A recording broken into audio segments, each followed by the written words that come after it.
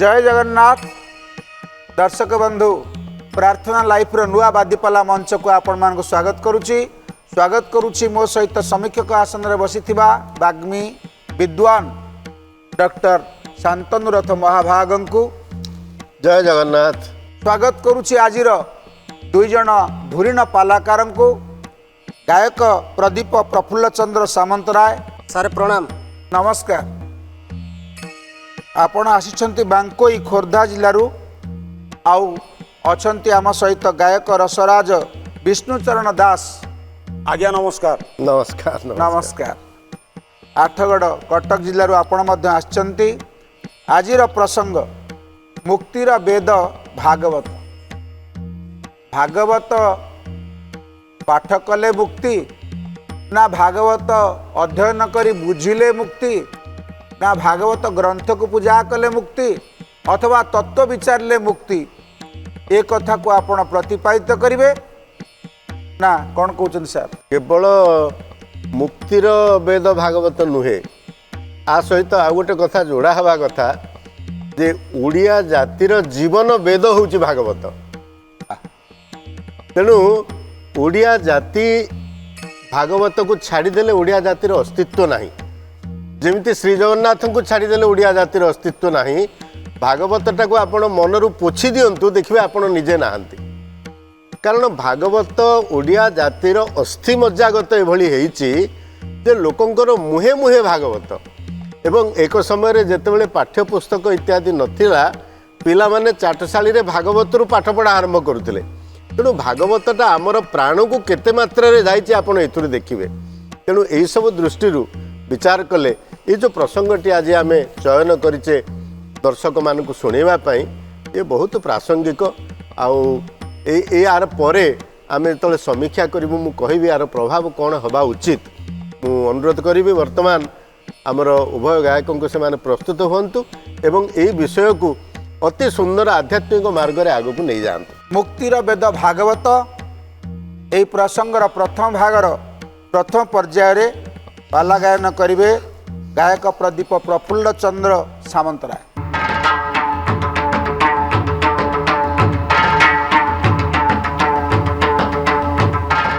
बोलो भाई जय नारायण स्वामी की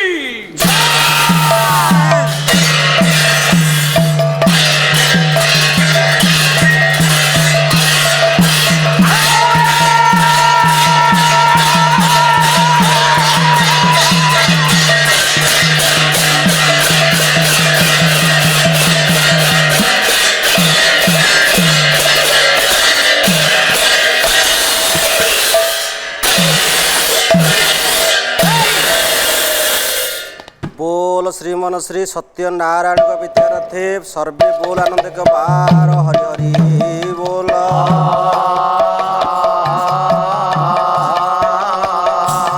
कविकंठ निवासिनी उत्कल भारती माँ शारदा विद्यारथे सर्वे बोल आनंद के बार हरि हरि बोल।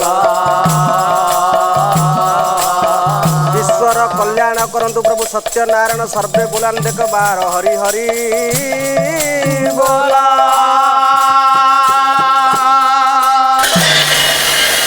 नारायण रुद्रे अंबिके भास्करे तो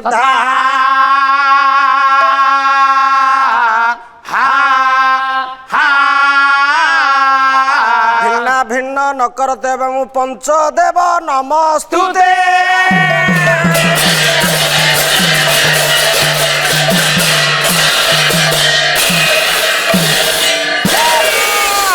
नारायण नामे रसना नारायण नामे रसना रस आने रसना रस आने रसना नारायण नामे रसना रस आने रसना रस आने रसना नारायण नामे रसना कहीं त्राही नाकना गमही नहीं कहीं त्राही नाकना गमही नहीं कहीं त्राही नाकना गमही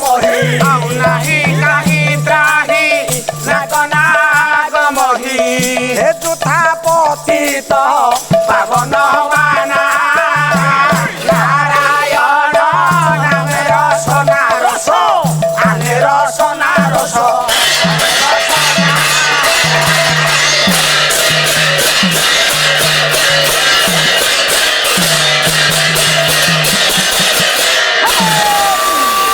मेक वृक्षम तयम शाखा पत्र चत्वारी में बज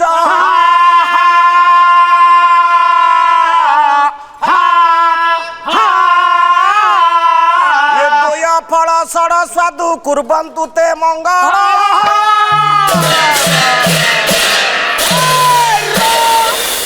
उपस्थित समवेत मम आराध्य समस्त भगवत आश्रित भगवत वृंद समीक्षक महोदय सार मोर प्रणाम प्रणाम ये प्रार्थना बादीपाला नुआ रूप से आरंभ होती नुआ मंच प्रार्थना लाइफ बादीपालार आज आम मानकर विषय अच्छी जे ये भागवत हूँ आमर मुक्तिर मार्ग भागवत ग्रंथ भागवत वेद हूँ मुक्तिर मार्ग अच्छा आज विषय तेणु प्रतिद्वंदी गायक हिसाब से आमर अच्छा विष्णुचरण दास महोदय कथावस्तुटा ये आम आरंभ करवा ये भागवत रे कौन अच्छी ये जीव मुक्ति पाउची जहाँपाई आम विषय वस्तु आज रखीचे मुक्तिर वेद हूँ भागवत कथावस्तुटा ये आरंभ करवा कहले घोर कली काल ए बड़ विपरीत मुनि हेबे बाटो बणा हे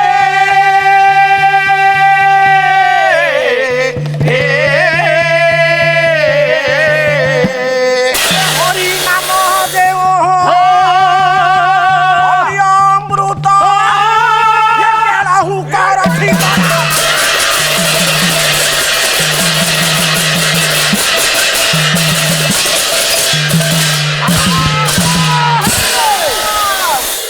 कवि हेले अच्युतानंद महापुरुष अच्युतानंद महापुरुष कहले घोर कली काले बड़ विपरीत मुनि हेबे बाट बणा आज भागवत चरित कथा आम एठू आरंभ करवा दिनकर घटना देवजती नारद आकाश मार्ग रे गमन करुछन देवजती नारद सारा विश्व ब्रह्मांड भ्रमण कला बेले मनरे चिंता कले आज टिके जगतरनाथ जगन्नाथ महाप्रभु को दर्शन करबा पाई टिके लीलाचल गमन करबा लीलाचल गमन करबा पाई देवजती नारद आकाश मार्ग रे जाउछंती नारदंकर रूपटा केमिति हेछि ये पालारा होछि ठाटनाट गोटे अलंकार देवरजती नारदंकर रूपटा केमिति गोटे छांद मु बोली ये छांदटी आसीछि केउठु कवि केतन गौरचरण सामत सिंहार बही हूँ बारिद विलास प्रांतानुपास हूँ चित्त सब गायक माने बोलती जदुमणि महापात्र बही छंती मुनि मुकुट पिंगल प्रबंध पूर्णचंद्र से छांदटा मु बोलिबी नहीं गोटे नुआ छांद बोलिबी कवि केतन गौरचरण सामत सिंहार लिखा बही हूँ बारिद विलास बारूद विलास रे कौन हम निया गदा देख केमती र बाबुरे आज देखिबा विष्णु भाईना को पालाटा केमिति होउची हम संगे रे एटू केमिति पालाटा हबा 8 गोड़ आछन भाईना आठटा गोड़ जुआड हेले पकेइबे र जेल जहा हेले बड़ भाईना ब्राह्मण होउछंती पो देवेता नमस्ते ब्राह्मण होउछंती नमस्य से होछंती बड़ भाई वयोज्येष्ठ से हमर नमस्य तो एते कथा कहिबा ना विषय वस्तु पर जीवा बाबू रे नारदंकर बेशटा केमिति छांदटिए गाउछ अच्छा कवि केतन गौरचरण सामत सिंगार सुंदर भाव रचना कले आसु हला गैरी क दुकुड़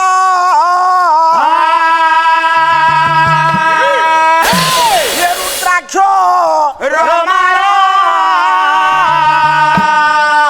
ये विपत्ति करे सोरेता अरे देवांगे करेना शोभिता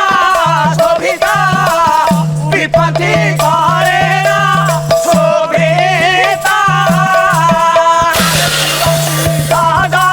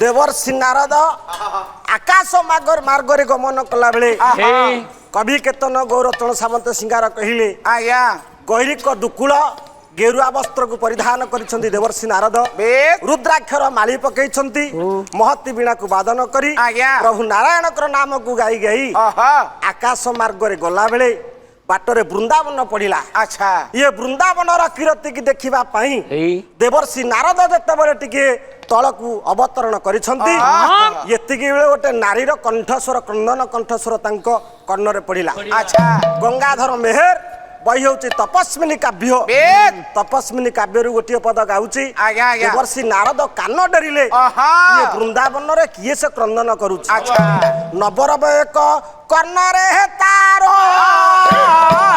ଯିବାରୁ ଲାଗେ ତାର ଯିବାରୁ ଲାଗି ମନ ବିୟୋଗିଲେ ତାକୁ ଧରେ ଚିହ୍ନିବା ଲାଗେ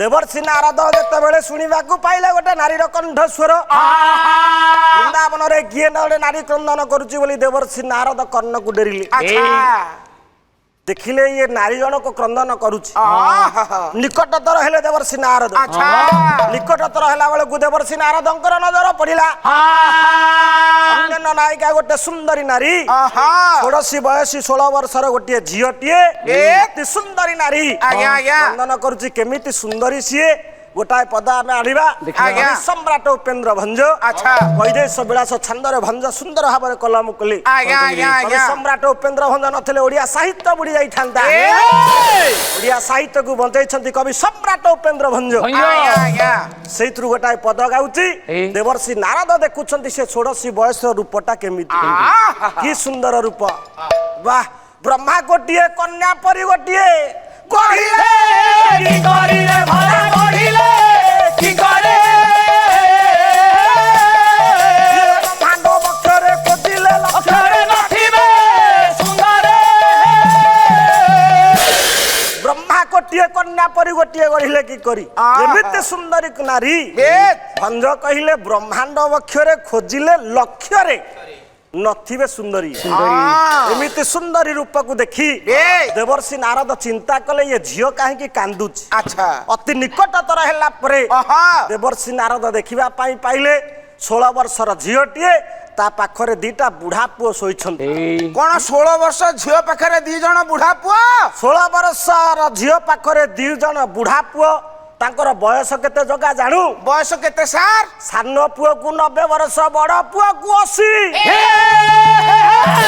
ଆରେ ବଡ ପୁଅକୁ ଗୋଟାକୁ 80 ଗୋଟିକୁ 90 ଆରେ ବଡ ପୁଅକୁ ହଉଛି 80 ବର୍ଷ ବିଚିତ୍ର କଥା ଆଶ୍ଚର୍ଯ୍ୟର କଥା ବଡ ପୁଅକୁ 80 ହେଲା ବେଳେ ସାନ ପୁଅକୁ କୁଆଡେ 90 ବର୍ଷ ତା ମାକୁ 16 ମାକୁ ହଉଛି 16 ତା ମା ପୁନର ପେହି ସେ ନାରୀର ଚତୁଃପାର୍ଶ୍ୱରେ 100ଟା ଝିଅ ଆଲୋଟ ଚାମର ପକେଇ ତାକୁ ପ୍ରବୋଧନ କରୁଛନ୍ତି।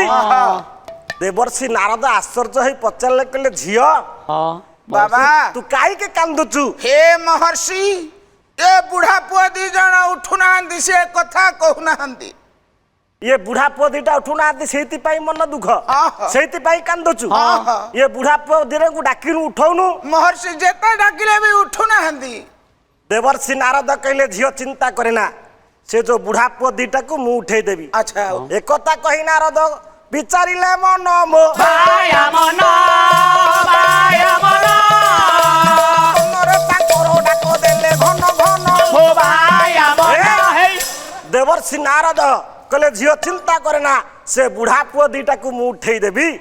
देवर्षि नारद तांको कर्णरे डाक देले जेते डाक देले से उठिलेनी काहेकि ना बार्धक्यर चरम सीमार से पहुंची छंती। बार्धक्यता आसिले कोन हुए ना गात्र संकुचितम गतिर विगलितम भ्रष्टात जंत्रावली गात्र संकुचित हो जाए गति धीर हो जाए कान को सुना जाए ना आखि की देखा जाए ना दांत पड़ी जाए बुद्ध हेले अवस्था कौन हुए जड़े कीर्तन गायक भागवत प्रधान जांकर घर होउची नयागढ़ जिला गाँ ना होउची मालेश्वर आज्ञा आज्ञा शेष जीवन कथा गोटे कहूची आज्ञा दांड दुआरे बसी साथी जने पचारा कहला बंधु ଭଲରେ ଅଛ ତ? ଭାଇରେ ଆଜି ଗୁନ୍ଦି ଦେଇନି। ଏତିକି ବେଳେ ଦୁଃଖଦ ଘଟଣା ଭାଗବତ ପ୍ରଧାନଙ୍କର ଆଖିରୁ ଦୁଇ ଧାର ଲୋତକ ଗଡ଼ି ପଡ଼ିଲା। ଆହା ପିଲାଦିନର ସାଙ୍ଗକୁ ଦେଖି କହିଲେ ଆରେ ମତେ ପଚାରୁଛୁ ସୁଖ ଦୁଃଖର କଥା, ଶୁଣିବୁ କି କହିବି ଦୁଃଖ କାଳିଆ ସାନ୍ଦ ବୟସ ମୋ ଗଲା ସରି ଆହା ବୟସ ମୋ ଗଲା ସରି ଆହା ବୟସ ମୋ ଗଲା ସରି ଆୟୁଷ ଦୀପରୁ ତେଲ ସରିଗଲା ଜଳୁ ନାହିଁ ପୂର୍ବ ପରି ଜଳୁ ନାହିଁ ଭାଗବତ ପ୍ରଧାନ କହିଲେ କି କହିବି ଦୁଃଖ କାଳିଆ ଶାନ୍ତ ବୟସ ମୋ ଗଲା ସରି ଆୟୁଷ ଦୀପରୁ ତେଲ ସରିଗଲା ଜଳୁ ନାହିଁ ପୂର୍ବ ପରି କେଶ ଥିଲା କଳା ହୋଇଗଲା ଧଳା ବେଶ ମୋହ ହିଲା ବୁଢା ବେଶ ମୋହ ହିଲା ବୁଢା ବେଶ ମୋହ ହିଲା ବୁଢା ଦୁଇ ଗୋଡ଼ କାମ କରୁଥିଲା ବେଳେ ତିନି ଗୋଡେ ହେଲିଥିଲା ତିନି ଗୋଡେ ହେଲି କେଶ ମୋର କଳା ଥିଲା ଯେତେବେଳେ ଯୁବକ ଥିଲି କେଶ କଳା ଥିଲା ଏବେ ବୁଢା ହେଇଗଲି କେଶ ଧଳା ପଡିଗଲା। ଆଚ୍ଛା। ଦୁଇ ଗୋଡରେ ବାଟ ଚାଲୁଥିଲା ବେଳେ ତିନି ଗୋଡରେ ବାଟ ଚାଲିଲି। ଖାଲି କଣ ସେତିକି ଆଉ ଶୁଣିମୁ ଭାଇ ଆକୁଆ ପାଲଟି ଗଲା ମୋର ପାଟି ଦାନ୍ତ ଯାକ ଗଲା ଖସି ଆହା ଦାନ୍ତ ଯାକ ଗଲା ଖସି ଆହା ଦାନ୍ତ ଯାକ ଗଲା ଖସି ଗୋପା ରହି ଜାଣି ନାକର ସିଙ୍ଗାଣି ପାଟିରେ ମୋ ଯାଏ ବସେ ବାର୍ଦ୍ଧକ୍ୟର ଚରମ ସୀମା ଆସିଗଲେ ଏ ସବୁ ଘଟଣା ହୁଏ। ଭାଗବତ ପ୍ରଧାନ କଲେ ସେତିକି ନୁହଁ ଦୃଷ୍ଟି ହେଲା ଉଣା ହୁଏ ବାଟ ବଣା ନସୁ ଭାଇ ଶ୍ରବଣକୁ ଆହାନ ଶୁଭଏ ଶ୍ରବଣକୁ ଆହାନ ଶୁଭଇ ଶ୍ରବଣକୁ ଦେଉଳକୁ ଗଲେ ମୁଣ୍ଡିଆ ମାରୁଛି ରାମ ଛାଡ଼େ ରାବଣକୁ ବାର୍ଦ୍ଧକ୍ୟର ଚରମ ସୀମାରେ ପହଞ୍ଚି ଯାଇଛନ୍ତି। ସେ ବୁଢା ପୁଅ ଦିଟା ନାରଦ ଯେତେ ଡାକିଲେ ସେ ଉଠିଲେନି। ନାରଦ କହିଲେ ଝିଅ ମହର୍ଷି ଚିନ୍ତା କରେ ନା କିଏ ଆଉ ଉଠିବେନି ଇଏ ପୁଅ ଦିଟାକୁ ମୁଁ ନିଶ୍ଚିତ ଭାବରେ ଉଠେଇବି। ମୁଁ ତତେ କଥା ଦଉଛି ତୁ ଏଇଠି ଥା ମୁଁ ବର୍ତ୍ତମାନ ଯାଉଛି। ଇଏ ପୁଅ ଦିଟା କେମିତି ଉଠିବେ ତାର ପ୍ରତିକାର କରିକି ଆସିବି। ଆପଣ ସତ କହୁଛନ୍ତି ମହର୍ଷି? ସତ୍ୟ କହୁଛି ଆଙ୍କୁ ଉଠେଇ ଦେବେ ନିଶ୍ଚିତ ଭାବରେ ଉଠେଇବି। ଏହା କହି ନାରଦ ଯେ କରିଲେ ଗମନ ମୋ ବାୟା ମନ ମନୀଷା ଅରଣ୍ୟ ଯାଇ ପ୍ରବେଶ ହନ ମୋ ବାୟା ମନ ଦେବର୍ଷି ନାରଦ ଯାଇ ପହଞ୍ଚିଲେ ନୈମିଷା ଅରଣ୍ୟରେ। ନୈମିଷା ଅରଣ୍ୟରେ ଚତୁଃସନକ ଅଛନ୍ତି। ଆଜ୍ଞା, ଆଜ୍ଞା। ଚତୁଃସନକଙ୍କ ପାଖରେ ସେ ପହଞ୍ଚିଲେ। ଆଚ୍ଛା। ମୋର ବିଷୟବସ୍ତୁଟା ଏଇଠି ରହିବ। ଆଜ୍ଞା। ଭାଇନା ଗୋଟେ ପ୍ରଶ୍ନ ମୁଁ ଏଇଠି ଦେବି। ଆଚ୍ଛା, ଆଚ୍ଛା। ଦେବର୍ଷି ନାରଦ ଯାଇ ପହଞ୍ଚି ଗଲେ ଚତୁଃସନକଙ୍କ ପାଖରେ। ସେ ଚତୁଃସନକ ଜଣେ ନୁହନ୍ତି, ସେ ଅଛନ୍ତି 4 ଜଣ। ସେ 4 ଜଣ କିଏ ସେ ତାଙ୍କର ନାଁ କଣ ଭାଇନା ଦ୍ୱିତୀୟ ଥାକରେ ଆସିଲେ ଉତ୍ତରଟା ଦବ। ଆଚ୍ଛା। ଏଇଠୁ ବିଷୟବସ୍ତୁଟା ନବ। ଆଚ୍ଛା ଯଦି ସିଏ ନ କହିବେ ନ କହିଲେ ଆମେ କହିବା ଆଚ୍ଛା ମୁଁ କହିଲି ତାଙ୍କର କଟା ହବା ଆମେ ସିଝେଇ କଣ କାଟିବୁ ତାଙ୍କୁ। ଦେବର୍ଷି ନାରଦ ଚତୁଃସନକଙ୍କ ପାଖରେ ପହଞ୍ଚିଲେ। ଆଜ୍ଞା। ଚତୁଃସନକ ପଚାରିଲେ କହିଲେ ହେ ଦେବର୍ଷି ନାରଦ କୁଆଡେ ଆସିଲ? ଦେବର୍ଷି ନାରଦ ହାତ ଯୋଡି ଦେଲେ କହିଲେ ହେ ମହର୍ଷି ମୁଁ ଗୋଟେ ଆଶ୍ଚର୍ଯ୍ୟର କଥା ଆଜ୍ଞା, ଦେଖିଲି। ଆଜ୍ଞା। କଣ ଦେଖିଲି? ଦେବର୍ଷି ନାରଦ କହୁଛନ୍ତି ବିଲକି କଳି ଯୁଗ ରୀତି ଏସନ ରୀତି ଏସନ ଭଲା ରୀତି ଏସନ କଲି ଧରଣୀ ପରେ ମୁଁ ବିତରଣ ମୁଁ ବିତରଣ ଭଲା ମୁଁ ବିତରଣ ପ୍ରବେଶ ହେଲି ଯାଇ ଭାନୁ ଜାତଟ ଭାନୁ ଜାତଟ ଭଲା ଭାନୁ ଜାତଟ ଆଶ୍ଚର୍ଯ୍ୟ ଦେଖିଲି ମୁଁ ନିଶ୍ରେଷ୍ଠ ଇଏ କୋଇ ନାରୀ ପୁଣି ମାନସ କ୍ଷୀର୍ଣ୍ଣ ମାନସ କ୍ଷୀଣ ଭଲା ମାନସ କ୍ଷୀଣ ଆଉ ବୁଧ ଯୁଗଳ ପୁଣି ସେ ଜରା ଦିନ ସେ ଜରା ଦିନ ଭଲା ସେ ଜରା ଦିନ ସେ ନାରୀ ଚତୁର୍ପାଶେ 17 ମଣି ଆଉ 17 ମଣି ଭଲା 17 ମଣି ଇଏ ଚାମର ଢାଳି ପ୍ରବୋଧନ୍ତି ତରୁଣୀ ତରୁଣୀ ଦେବର୍ଷି ନାରଦ କହିଲେ ଆଚ୍ଛା। କହିଲେ ମହର୍ଷି ମୁଁ ଗୋଟେ ଆଶ୍ଚର୍ଯ୍ୟ କଥା ଦେଖିଲି। ମୁଁ ସାରା ବିଶ୍ୱ ବ୍ରହ୍ମାଣ୍ଡ ଭ୍ରମଣ କଲା ବେଳେ ହାନୁଜା ତଟରେ ପ୍ରବେଶ ହେଲି। ବୃନ୍ଦାବନରେ ପ୍ରବେଶ ହେଲା ବେଳେ ଦେଖିଲି ଗୋଟେ ଅନନ୍ୟ 16 ବୟସୀ ନାରୀ ତା ପାଖରେ 2ଟା ବୁଢ ପୁଅ ଶୋଇଛନ୍ତି ଏବଂ ତାର ଚତୁର୍ପାର୍ଶ୍ୱରେ 100ଟା ଝିଅ ଆଲଟୋ ଚାମର ପକାଉଛନ୍ତି। ସେ ବୁଢା ପୁଅକୁ ଯେତେ ଡାକିଲେ ସେ ଉଠୁନାହାନ୍ତି। ଆଚ୍ଛା, ସେଗୁଡା କେମିତି ଉଠିବେ? ସେଗୁଡା ଜିସିନ୍ତି ସେ କେମିତି ଉଠିବେ ତାର ମାର୍ଗଟା ମତେ ଆପଣ ବତେଇ ଦିଅନ୍ତୁ। ଚତୁଃସନକ କହିଲେ ଦେବର୍ଷି ତମେ ଯଦି ଅଷ୍ଟାଦଶ ମହାପୁରାଣ ଶୁଣେଇଥାନ୍ତ ଅଷ୍ଟାଦଶ ମହାପୁରାଣ ଶୁଣିଥିଲେ ସେମାନେ ଉଠିଥାନ୍ତି। ଦେବର୍ଷି ନାରଦ କହିଲେ कहले हे महर्षि मु 17टा महापुराण शुणेछि केवल भागवत महापुराण छाड़ी महापुराण 17टा 18टा हूँ महापुराण अरे 18 महापुराण रसियाड़ी की जाना आज्ञा, आज्ञा, आज्ञा। 18 महापुराण भितरे भागवत हूँ महापुराण आज्ञा। जहाँ व्यास कहते मदयम भदम च बत्रयम ब चतुष्टयम आज्ञा। अनापद लिंग कुस्कानि पुराणानि पृथक पृथक हाँ। मदयम मरे दिटा महापुराण आज्ञा आज्ञा मत्स्य पुराण आ गोटे हଉଛି मर्डर पुराण मत्स्य पुराण एवं मार्कंडेय पुराण आज्ञा आज्ञा हदयम च अहा। हरे दिटा महापुराण आज्ञा आज्ञा भविष्यत पुराण भागवत पुराण भागवत ब्रत्रयम व्रतयं ब्रखर 3टा महापुराण आज्ञा ब्रह्मवर्त पुराण वेद। ब्रह्म पुराण आ गोटे ब्रॉयलर पुराण ब्रह्मांड पुराण अच्छा अच्छा पुणी बखर रहला 4टा महापुराण आहा। ब चतुष्टयम आज्ञा। वायु पुराण वामन पुराण वराह पुराण एवं विष्णु पुराण पुराण ये हला 4टा महापुराण आज्ञा आज्ञा अनापदलिंग कुस्कानि पुराणानि पृथक पृथक पृथक और हेला अग्नि पुराण नारे हेला नारद पुराण वेद। और पद्म पुराण आज्ञा। तापर गरुड़ पुराण अहा। तापर लिंग पुराण स्कंद पुराण एवं शेष हेला कूर्म पुराण ये हଉଛି 7 सी हेला 11 मिसिकेला 18 महापुराण आज्ञा आज्ञा देवर्षि नारद कहले मु 17 महापुराण सुरेई जाइछि वेद आ गोटिए महापुराण अछि भागवत महापुराण ये भागवत महापुराण मु सुनेइनी सेना मेन हे पुराण महर्षि जदि आपण मते भागवत महापुराण शुणेबे ताले से बुढ़ा पुओ दिटा को मु शुणेबी भागवत महापुराण किए कोटे शुणेथला कथा वस्तुटा एठी भाइनक पई आज्ञा आज्ञा मानो सरोबरे हंस खेलुछि रे मूढ़ मानस मानस सरोवरे हंस खेलुछि रे आरे मूढ़ मानस मानस सरोवरे हंस खेलुछि रे आरे मूढ़ मानस सुनारू झारुछि सुनारू झारुछि सुनारू झारुछि देखो अमियार मानस सरोवरे हंस खेलुछि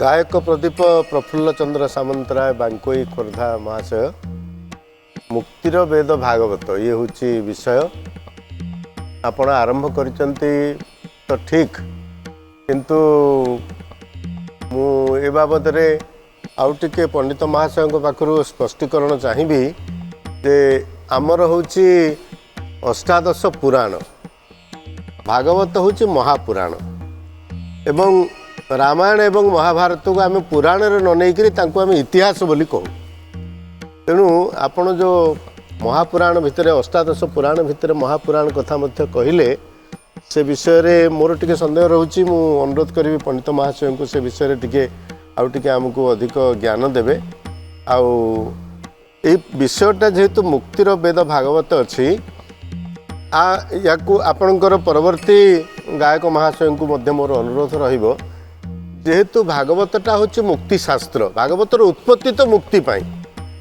ପ୍ରଥମେ ବ୍ୟାସଦେବଙ୍କର ମନ ଅଶାନ୍ତ ହେବାରୁ ଅଷ୍ଟାଦଶ ପୁରାଣ ରଚନା କରିସାରିଲା ପରେ ମଧ୍ୟ ତାଙ୍କର ମନ ଅଶାନ୍ତ ହେବାରୁ ନାରଦଙ୍କ ପରାମର୍ଶରେ ସେ ଭାଗବତ ରଚନା କଲେ ଭକ୍ତିକୁ ନେଇକିରି ଆଉ ତାପରେ ସର୍ପଦଂଶନରୁ ତକ୍ଷକ ଦଂଶନରୁ ମୁକ୍ତି ପାଇବା ପାଇଁ ଆସନ୍ନ ମୃତ୍ୟୁରୁ ରକ୍ଷା ପାଇବା ପାଇଁ ମୃତ୍ୟୁରୁ ମଣିଷ ରକ୍ଷା କେମିତି ପାଇବ ଆତ୍ମଜ୍ଞାନ ହେଲେ ମଣିଷ ରକ୍ଷା ପାଇବ କିଏ ମରେ ଶରୀର ମରେ ଆତ୍ମା ତ କେବେ ମରେ ନାହିଁ ତେଣୁ ସେଇଥିପାଇଁ ଏଇ ଜ୍ଞାନଟା ଯାହାର ଆସିଯିବ ତାର ମୃତ୍ୟୁ ନାହିଁ ସେଇ ଜ୍ଞାନଟା ପାଇବା ପାଇଁ ତ ସୁକମୁନିଙ୍କ ପାଖରେ ଗଙ୍ଗା କୂଳରେ ବସିକିରି ପରୀକ୍ଷିତ ମହାରାଜା ଶୁଣିଲେ ତେଣୁ ଇଏ ହେଉଛି ମୁକ୍ତିଶାସ୍ତ୍ର ତେଣୁ ଯେହେତୁ ମୁକ୍ତିର ବେଦ ଭାଗବତ ବୋଲି ଆମେ ବିଷୟ ରଖିଛେ ତେଣୁ ସେଇ ପ୍ରସଙ୍ଗ ଗୁଡ଼ାକ କେମିତି ପ୍ରସ୍ଫୁଟିତ ହେବ ମୁକ୍ତି କଥାଟା ତାରି ଉପରେ ଆପଣ ଦୁଇ ଜଣ ଯାକ ଗାୟକ ଟିକେ ଗୁରୁତ୍ୱ ଦେବେ ବୋଲି ମୋର ଟିକେ ଅନୁରୋଧ ରହିବ ଆପଣଙ୍କୁ ଆଉ ପଣ୍ଡିତ ମହାଶୟ ବର୍ତ୍ତମାନ ଏ ବିଷୟରେ ଟିକେ କୁହନ୍ତୁ ଆମେ ଜାଣିବା ମଦ୍ୱୟଂ ଭଦ୍ୱୟଂ ଚୈବ ବ୍ରତ୍ରୟଂ ବ ଚତୁଷ୍ଟୟଂ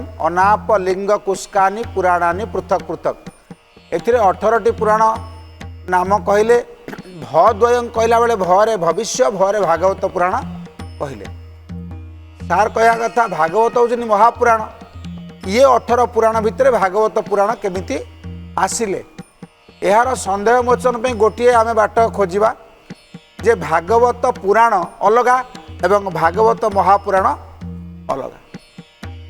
कारण भागवत पुराण भगवान विषय जो पुराण से भागवत भगवत इदं पुराण भागवतम तेणु भगवान को उपरे सब पुराण आधारित। भगवान विष्णु को उपरे स्वतंत्र भाव में जो पुराण प्रतिष्ठित होता ताहा भागवत पुराण। मंच को आमंत्रण करवा आसिबे गायक रसराज विष्णुचरण दास महाभाग।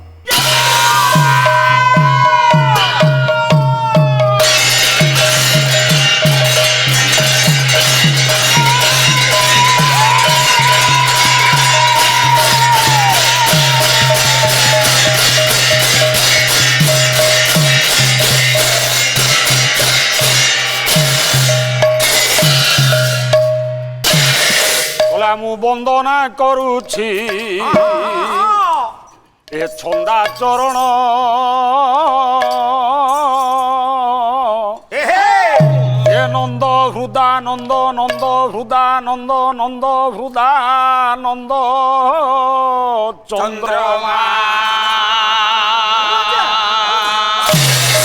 ମୁଁ ବନ୍ଦନା କରୁଛି ଛନ୍ଦା ଚରଣ ନନ୍ଦ ହୃଦା ନନ୍ଦ ଚନ୍ଦ୍ରମା ମୁଁ ବନ୍ଦନା କରୁଛି ଛନ୍ଦା ଚରଣ ନନ୍ଦ ହୃଦା ନନ୍ଦ ଚନ୍ଦ୍ରମା ଏ ସଚିଦାନନ୍ଦ ହେ ବାଳ ମୁକୁନ୍ଦ ହେ ସଚିଦାନନ୍ଦ ହେ ବାଳ ମୁକୁନ୍ଦ ଇନ୍ଦିବର ନେତ୍ର ରାଧାରମଣ ନନ୍ଦ ହୃଦା ନନ୍ଦ ଚନ୍ଦ୍ରମା ମୁଁ ବନ୍ଦନା କରୁଛି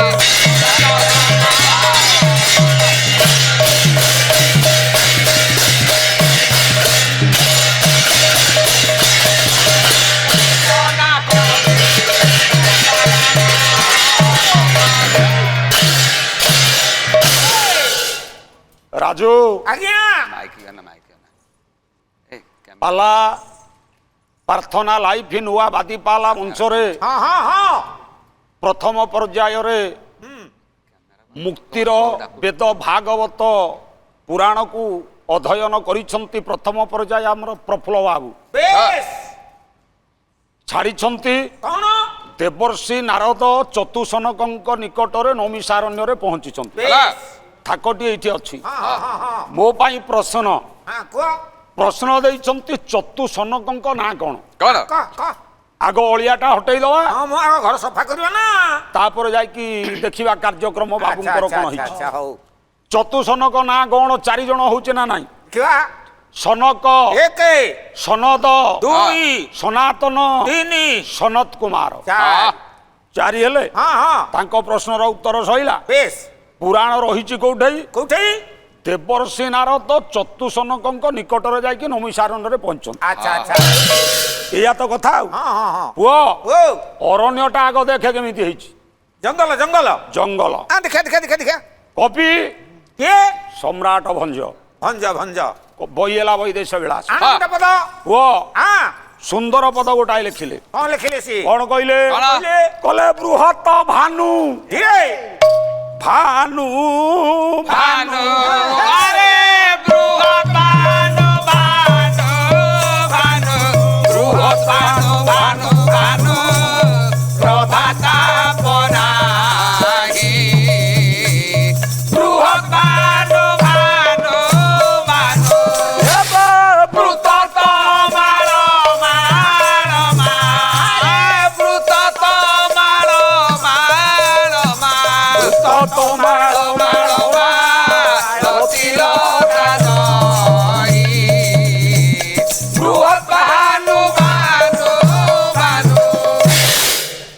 ବୃହତ ଭାନୁ ଭାନୁ ଭାନୁ ପ୍ରଭାତାପ ନାହିଁ। କେତେ ଭାନୁ କିରେ ପୁଅ? ଆଜ୍ଞା। ବୃହତ କହିଲେ ବହୁତ।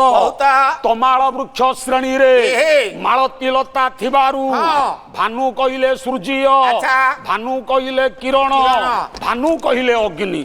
ସୂର୍ଯ୍ୟଙ୍କର ଅଗ୍ନି ଠାରୁ ଯୋଉ ପ୍ରଚଣ୍ଡ କିରଣଟା ହଁ। ଇଏ ଜଙ୍ଗଲ ଭିତରେ ପଡି ପାରୁନଥିଲା। କାହିଁକି ପଡି କାହିଁକି ହଁ ନା ବୃତ୍ତତ ତମାଳ ବୃତ୍ତତ କହିଲେ ବହୁତ ତମାଳ ବୃକ୍ଷ ଶ୍ରେଣୀରେ ମାଳତୀ ଲତା ବୃତ୍ତ ବେଷ୍ଟିତ ହୋଇଥିବାରୁ ସୂର୍ଯ୍ୟଙ୍କର କିରଣଟା ଜଙ୍ଗଲ ନମିସାରଣ୍ୟରେ ପଡି ପାରୁନଥିଲା। ଏହେ ଗଲା ହଁ। ଆଉ ଗୋଟାଏ ପଦ ଓଡିଆ ପଦ କହିଲେ କବି କଣ କହିଲେ? ଆନେ ରାଗ ହେଲା ଚୋଖି ଚୋଖି। କଲା ସେ ବନେ ଯେତେ ଜନ୍ତୁ ହଁ, ହଁ। ସର୍ବେ ଜାତ ଶତୁ ସେ ବନେ ଯେତେ ଜନ୍ତୁ ସର୍ବେ ଜାତ ଜନ୍ତୁ ଆରେ ନିରତେ ପରସ୍ପର ହଇ ହଇ ଆରେ ନିରତେ ପରସ୍ପର ହିତେ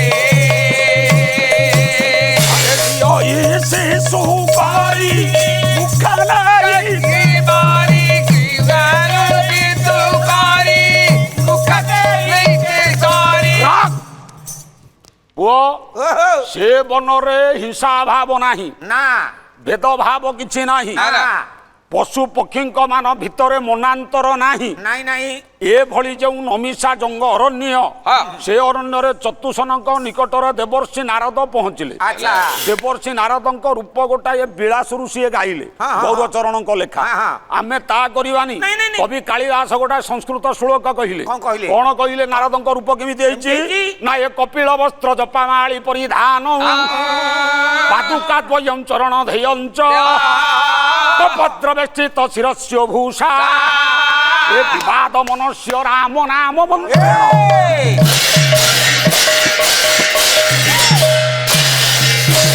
ଦେବର୍ଷି ନାରଦ କଷା ବସ୍ତ୍ର ପରିଧାନ କରିଛନ୍ତି, ରୁଦ୍ରାକ୍ଷ ମାଳ ଉଡା ପଡିଛି, ହାତରେ ଗୋଟେ ଆଶାବାଡି ଧରିଛନ୍ତି, ଧରିଛନ୍ତି। କମଣ୍ଡଳୁ ଧରିଛନ୍ତି, ବେଶ। ପାଦରେ କଠଉ ଲାଗିଛନ୍ତି। ପହଞ୍ଚିଲେ ସନକଙ୍କ ଚତୁସନକଙ୍କ ପାଖରେ। ଆଚ୍ଛା, ଆଚ୍ଛା, ହେଲା କଣ? ଚତୁସନକଙ୍କୁ ସବୁ ଘଟଣା କହିଲେ। କହିଲେ ବୃନ୍ଦାବନରେ ଗୋଟିଏ ଝିଅ ବସିଛି, ଷୋଡଶ ଝିଅଟିଏ, ଝିଅଟିଏ। ତା ପାଖରେ ତାର 100ଟା କନ୍ୟା ଆଲଟ ଚାମର ପକଉଛନ୍ତି, ଗୋଟେ ବୃଦ୍ଧା ପୁଅ ଯୋଡ଼ାକ ଶୋଇଛନ୍ତି, ଶୋଇଛନ୍ତି। ସେ ଡାକିଲେ ଉଠୁନାହାନ୍ତି। ହଁ ଏଇଠି ସନକ କହିଲେ 17ଟା, ନାରଦ କହିଲେ 17 ପୁରାଣ ମୁଁ ଶୁଣେଇଛି, ଆଉ ଗୋଟାଏ ପୁରାଣ ବାକି ଅଛି। ବାକି ଅଛି ସନକ ମାନେ କହିଲେ ତମେ ଭାଗବତ ମହାତ୍ମାଙ୍କୁ ଶୁଣେଇଲନି, ସେ ପୁଅ ଉଠିଥାନ୍ତା। ଆଚ୍ଛା ଆଚ୍ଛା ଇଏ କହିଲେ ଭାଗବତ କୋଉଠ ସୃଷ୍ଟି, ଭାଗବତ କିଏ ଶୁଣିକି ମୁକ୍ତି ପାଇଛି? ହଁ ଏ ଚତୁସନକ ଦୟା କରି ଆପଣ ଆମକୁ କହିଦିଅନ୍ତୁ।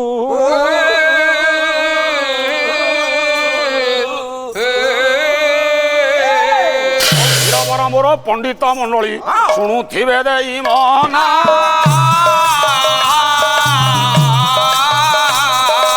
ଦେବର୍ଷିଙ୍କ ପାଖେ ସନକ ମାନେ ଯେ ଆଖ୍ୟାନ କଲେ ବୟାନ ଇଏ ଭାଗବତ ପୁରାଣକୁ କିଏ କୋଉଠି ଶୁଣିକି ମୁକ୍ତି ପାଇଥିଲା? ଆଚ୍ଛା, ଆଚ୍ଛା। ଇଏ ଚତୁସନକ ଦେବର୍ଷି ନାରଦଙ୍କୁ କହିଲେ। ପୁଅ କଣ ଚତୁସନକ ଦେବର୍ଷି ନାରଦଙ୍କୁ କହିଲେ? କଣ କହିଲେ? ଆଣେ ସ୍ୱର୍ଗ ପାର୍ବତୀ ଆଉ ଶିବ, ହଁ ଶିବ ପାର୍ବତୀ ଶିବ ଆଉ ପାର୍ବତୀ ଇଏ ଥିଲେ କୋଉଠି? କୋଉଠି? ନା କୈଳାସ କନ୍ଦରରେ ତାଙ୍କ ବାସସ୍ଥାନ। ବାସସ୍ଥାନ ହଁ ଶିବ ପାର୍ବତୀଙ୍କର କୈଳାସର କନ୍ଦରର ବର୍ଣ୍ଣନାକୁ କରିବାକୁ ଯାଇ ହଁ ହଁ ଆପଣ ମାନଙ୍କର କୁମାର ସମ୍ଭବ କାବ୍ୟକର୍ତ୍ତା କବି କାଳିଦାସ କହିଲେ। କଣ କହିଲେ? ପ୍ରଥମ ସ୍ୱର୍ଗର ପ୍ରଥମ ଶ୍ଲୋକ ବେଶ କଲା ଅସ୍ତୁତର ସ୍ୟଂ ଦିଶି ଦେବତାତ୍ମା ହିମାଳୟ ନାମ ନଗାଧିରାଜ ପୂର୍ବା ପୌର ତୈୟ ନିଧି ବଗାୟ ସ୍ଥିତ ପୃଥିବ୍ୟା ଇବ ମାନଦଣ୍ଡ।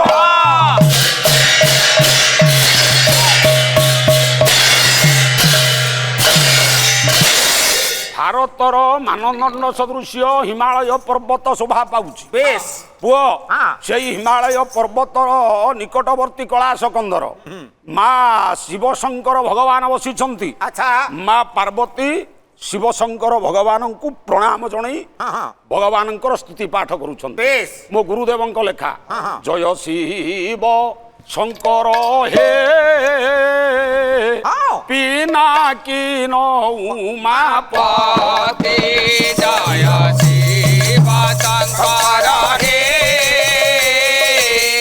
পিনাকি উমাপতি টম্বরু বাজে ডিবি ডিবি হই ଆଉ ଡମ୍ବରୁ ବାଜେ ଡିବି ଡିବି ହୋଇ ভস্ম বিলে পন জ্যোতি জয়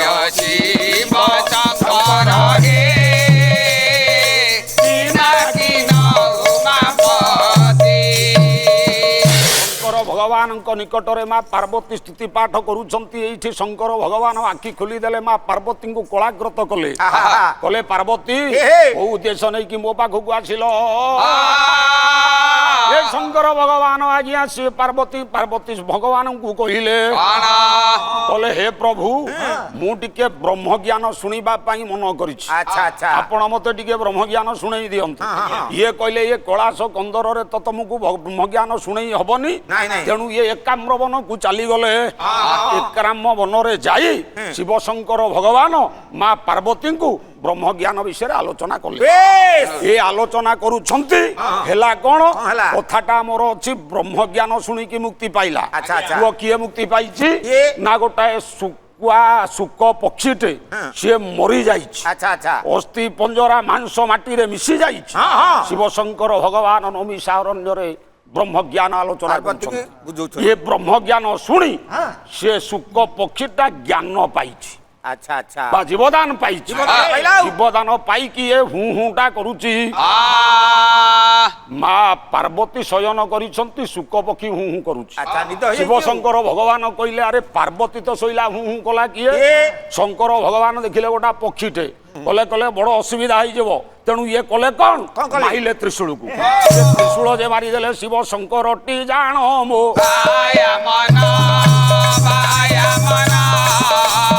ଦେଖିଲା ଯେ ଶୁକ ପକ୍ଷୀ ଉଡିଲା ଶୁକ ପକ୍ଷୀଟା ଉଡିଲା।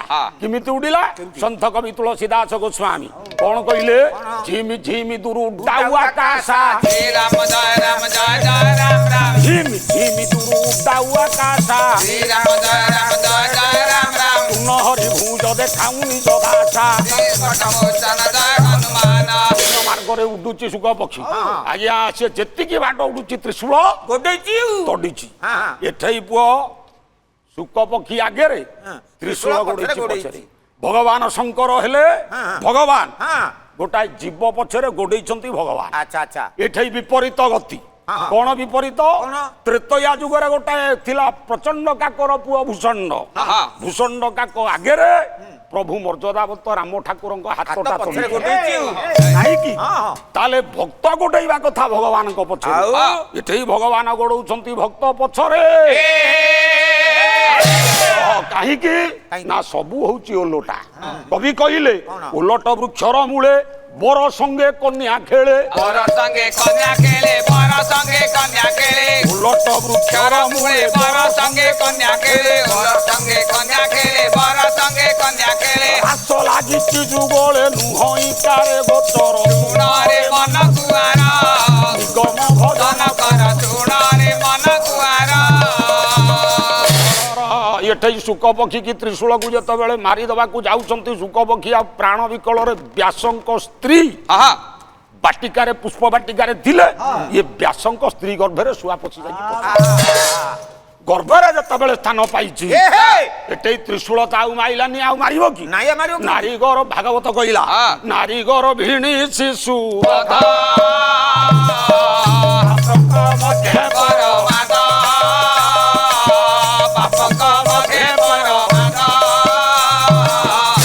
ତିନି କର୍ମ ଯେ କରନ୍ତି ତାଉ ସେ ମରନ୍ତି। ନାରୀ କି ବଧ କଲେ ଦୋଷ ପାପ, ଗର୍ଭବତୀ ସ୍ତ୍ରୀ କି ମାଇଲେ ଦୋଷ, ଛୋଟିଆ ବାଳକକୁ ବଧ କଲେ ଦୋଷ। ଏଇ ଭାଗବତରେ ଯୋଉ ତିନିଟା ଉଦାହରଣ କବି ଜଗନ୍ନାଥ ଦାସ ଦେଲେ, ପଞ୍ଚସଖା ଯୁଗର କବି, ଇଏ ଭାଗବତ ତିନିଟା କଥାକୁ ଆଜିକାଲି କଳି ଯୁଗରେ କିଏ ମାନୁଛି ମତେ କହିବୁ? ନାଇଁ ମ କାଇଁ ମ କିଏ ମାନୁଛି? ପେପର ପ୍ରଥମ ପେଜ ଆଡେଇବୁ ନାରୀ ହତ୍ୟା ବଧୂ ହତ୍ୟା, ନାରୀ ନିର୍ଯାତନା ବହୁଳ ଭାବରେ କଳି ଯୁଗରେ ହଉଛି। ଦେଖି ଗୋଟାଏ ପଦ ମାଳିକା ଗାଇବା। ଦେଖି କଳି କାଳ ରୀତି ଗୋ ବହୁଳ ଭାଳି ତ ବସିଲି ମୁହିଁ ବହୁଳ ଭାଳି ତ ବସିଲି ମୁହିଁ ବହୁଳ ଭାଳି ତ ବସିଲି ମୁହିଁ। ଏ ମାଳିକା ଲିଖନ ଅଖଣ୍ଡ ବଚନ କାନେ କାନେ କହି ଜୟ ଜଗନ୍ନାଥ ଜୟ ଜଗନ୍ନାଥ ଜୟ ଜଗନ୍ନାଥ ଜୟ ଜଗନ୍ନାଥ। ମାଳିକାରେ ଆଜ୍ଞା ଯାହା ଲେଖା ହେଇଛି ଅକ୍ଷର ଅକ୍ଷରେ ତା ସତ୍ୟ ହଉଛି ବା ଆଗକୁ ହବାକୁ ଯାଉଛି। ଆଉ ଆଜ୍ଞା ସିଆଡକୁ ସମୟ ନାହିଁ, ସିଆଡକୁ ମୁଁ ଯାଉନି, କଥାଟା ବହୁତ ବାଟରେ ରହିଗଲା। ରହ ତ୍ରିଶୂଳ ମାଇଲେ ଶୁକ ପକ୍ଷୀ ଯାଇକି ରହିଲା କୋଉଠି ନା ବ୍ୟାସଙ୍କ ସ୍ତ୍ରୀ ଗର୍ଭରେ ଗର୍ଭରେ। ଏଇଟେ ମୋ ଭାଇ କି ଗୋଟେ ପ୍ରଶ୍ନ ବାଣ ଦବା ମାର ମାର ମାର ମାର ଦେଖିଆ ଦେଖିଆ ଗୋଟେ ପ୍ରଶ୍ନ ବାଣ ମାରିବା ମାର ମୁଁ ଖାଲି ବାଣ ଗୋଟା ଦଉଛି ଆଉ ବେଶୀ ଏଟା ବଡ କୋଉ ବାଣ ଗୁଲି ନା ତାଳ ଫଟକ ନା ବୋଉ ବ୍ୟାସଙ୍କ ସ୍ତ୍ରୀ ନାଁଟା କଣ ଶୁଆ ପକ୍ଷୀଟା ଯୋଉ ସ୍ତ୍ରୀଙ୍କ ଗର୍ଭରେ ସ୍ଥାନ ପାଇଲା ତାଙ୍କ ନାଁଟା କଣ ମୋ ବଡ ଭାଇ ଆସିଲେ ସାନ ଭାଇ ହେ ଆସିଲେ ହେ ଗ୍ରହ ହଉ। ଏଠି ହେଇଛି କଣ କଣ ନା ବ୍ରହ୍ମ ଆଲୋଚନା କଲେ ଶିବଶଙ୍କର ଭଗବାନ ଶୁକ ପକ୍ଷୀ ଶୁଣିଲା ତ୍ରିଶୂଳକୁ ମାଇଲେ ଶୁକ ପକ୍ଷୀ ଆସି ବ୍ୟାସଙ୍କ ସ୍ତ୍ରୀ ଗର୍ଭରେ ସ୍ଥାନ ପାଇଲା ଆଚ୍ଛା ଆଚ୍ଛା ନାଇଁ କି ହଁ ହଁ ତାହେଲେ ସବୁ ହଉଛି ବିପରୀତ ଏ କଳିଯୁଗର ନ୍ୟାୟ ହେଲା ବିପରୀତ ସବୁ ଗୁଡାକ ହଉଛି ଓଲଟା ଭକ୍ତ ଭଗବାନଙ୍କ ପକ୍ଷରେ ଧାଇଁବା କଥା ଏଠି ଭଗବାନ ଭକ୍ତ ପଛରେ ଧାଉଁଛନ୍ତି ନାଇଁ କି ଜୀବ ଗୋଡେଇବା କଥା ଭଗବାନଙ୍କ ପଛରେ କିନ୍ତୁ ଭଗବାନ ଗୋଡଉଛନ୍ତି ଜୀବ ପଛରେ କବି କହିଛନ୍ତି କଣ? ଓଲଟ ବୃକ୍ଷର ମୂଳେ ବର ସଙ୍ଗେ କନ୍ୟା ଖେଳେ ରାସ ଲାଗିଛି ଯୁଗଳେ ନୁହଁ ଇକାରେ ଗୋଚର ଗଛର ମୂଳଟା ରହେ ତଳୁକୁ ଡାଳ ରହେ ଉପରକୁ ଆମ ଶରୀରଟା ହେଲା ଓଲଟା ଆମର ମୂଳ ରହିଲା ଉପରକୁ ଡାଳ ରହିଛି ତଳୁକୁ ପୁଅ ଗୋଡଟା ଭାଙ୍ଗି ଗଲେ ତୁ ବଞ୍ଚିବୁ ହଁ ହଁ ହାତ ଗୋଟା କଟି ଗଲେ ଆଜ୍ଞା ବଞ୍ଚିବା ବଞ୍ଚିବି ଛାତି ଚିରି ହେଇଗଲେ ବଞ୍ଚିବା ବଞ୍ଚୁଛି। ଯଦି ଏ ମୁଣ୍ଡଟା ମାଟ ହବା ବଞ୍ଚିବୁ ନା ନା ନା ବଞ୍ଚିବାନି ନା ନା ତେଣୁ ମୂଳଟା ଏଇ ମୂଳରେ ହେଲା ସବୁ ଆଚ୍ଛା ଆଚ୍ଛା ଏ ମୂଳଟା ଯଦି ଠିକ ଥବ ଆଁ, ଜୀବନଟା ସୁକୁ ସୁକୁ ହେଲେ ବି ତୁ ବଞ୍ଚି ପାରିବୁ ଯିବୁ ନା ଆଉ ଆଉ ଯଦି ଏ ମୂଳଟା ତୋର ଚାଲିଗଲା ଡାଳ ଥାଇ ପରା କିଛି ଲାଭ ଯେ ହବନି ଡାଳ ଥାଇ ଯାହା ନଥାଇ ସେଇଆ ବେଦ ପୁରାଣକୁ ମାନି ଖବର ମୋର ପଣ୍ଡିତ ମଣ୍ଡଳୀ ଶୁଣୁଥିବେ ଦେଇ ମନା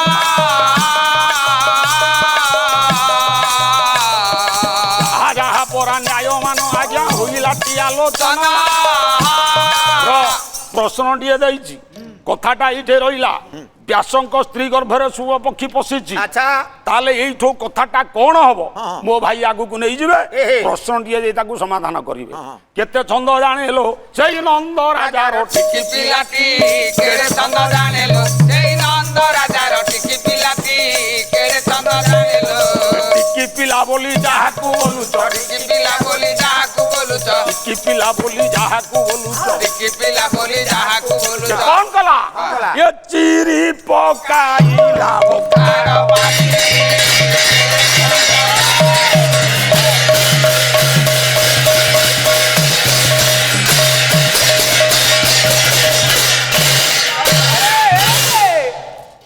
ଗାୟକ ରସରାଜ ବିଷ୍ଣୁଚରଣ ଦାସ ମହୋଦୟ ଆପଣ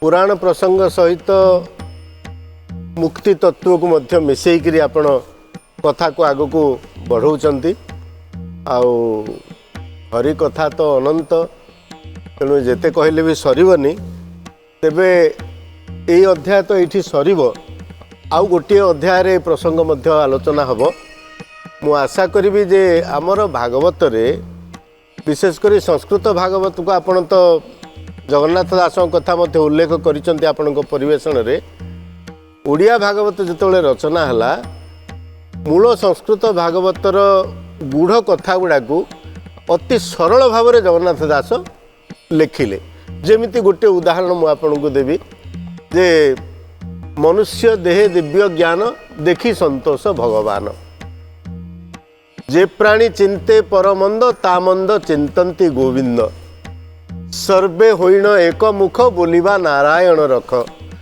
ମର୍ତ୍ତ୍ୟ ମଣ୍ଡଳେ ଦେହ ବହି ଦେବତା ହେଲେ ହେ ମରଇ ତ ଏଇଭଳି ଯେଉଁ କଥା ଗୁଡ଼ାକ ଆମର